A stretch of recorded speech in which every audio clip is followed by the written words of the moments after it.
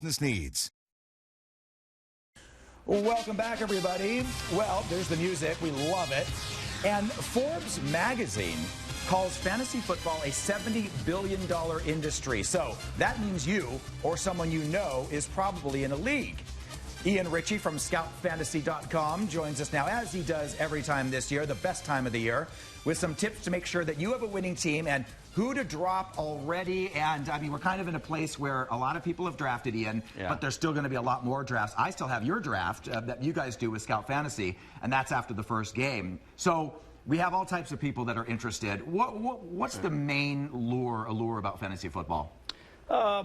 It lets you compete. Yeah. Right? You get to watch football, which everybody loves. People love to watch football, and you get to compete. You get to compete against your friends, people at work. You know, if you play in our leagues, you get to compete against the best players in the world. And as you watch games, it's very compelling. And anybody who, you know, puts a parlay in or anything like that gets that same kind of feeling because they got a little skin in the game. Absolutely. You can, like, bragging rights, and, you know, everybody has trophies now, and there's sometimes people put money in, and the whole works. Now, a couple things have happened just recently. People have drafted their teams, and now all of a sudden, Sam Bradford, who was the starting quarterback for the Eagles, gets traded to the Vikings, says their quarterback went down. Right. And now the Eagles are going to rely on a complete rookie. So the Vikings and the Eagles, they have some great players on those teams. Do you still draft them knowing that these kind of unknown quarterbacks? We've kind of avoided the Eagles receivers for that reason. Okay. Rookie quarterbacks usually have a tough time adjusting, and we've kind of avoided those guys. But as far as the Vikings go, with Bradford coming there, that helps them a lot. You know, he's a lot better than Sean Hill, who was going to back up Bridgewater, and they still have a pretty explosive offense. He's trying to learn the offense as he goes, but they have a couple good receivers, and they still have Adrian Peterson. So we think they might rely on Adrian a little more, and it might get Peterson a lot more carries. Okay, well, that's good. Speaking of rookies like Carson Wentz, the Cowboys are really going hard on rookies. They now have, because Roma went down, they now have a rookie quarterback who wasn't even drafted very high, but he's doing well in preseason. And, of course, Ezekiel Elliott, who was drafted high. What do we do with them? Well, we're very high on Elliott. Okay. You know, we projected Elliott somewhere between 15 and 20 touchdowns this year. They have the best offensive line in the NFL, and we think he'll do just great. Okay. Prescott is a surpriser for us. You know, we bumped him up to number 17 overall in our rankings. We believe he's a great backup quarterback with an upside. He can run the football. He can make some explosive plays.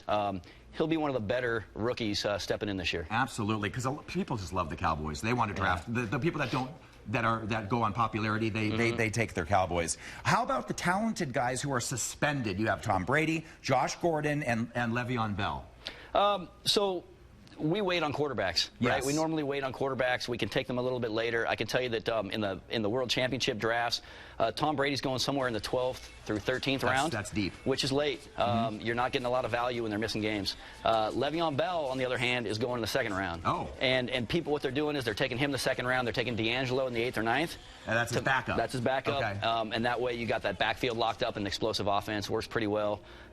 Josh Gordon. Josh Gordon is he has alcohol and drug problems. Everybody knows this. Yes. But when he's on the field, he's amazing.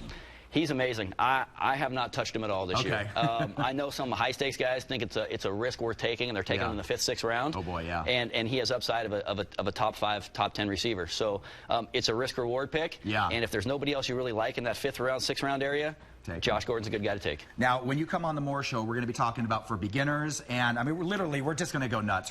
I found some good-looking players, and we're going to see if it's for the girls, if it's worth drafting. In the meantime, before that, what's the website that everybody should go to right now so they can get an idea of what you're proposing? Right. Well, a couple things. One, on Scout Fantasy, we have a lot of articles, and we have a fantasy football university, so you can learn a lot of things, which makes it very helpful. But I think the best tool we have for new players is a website we operate called Mock Draft Now. Mock Draft Now. Mock Draft Now. It's a single-player game where you can get on and you draft at your own speed. Oh, good. The other draft slots are taken, and when it gets to your turn, you're not on the clock. You have no time pressure.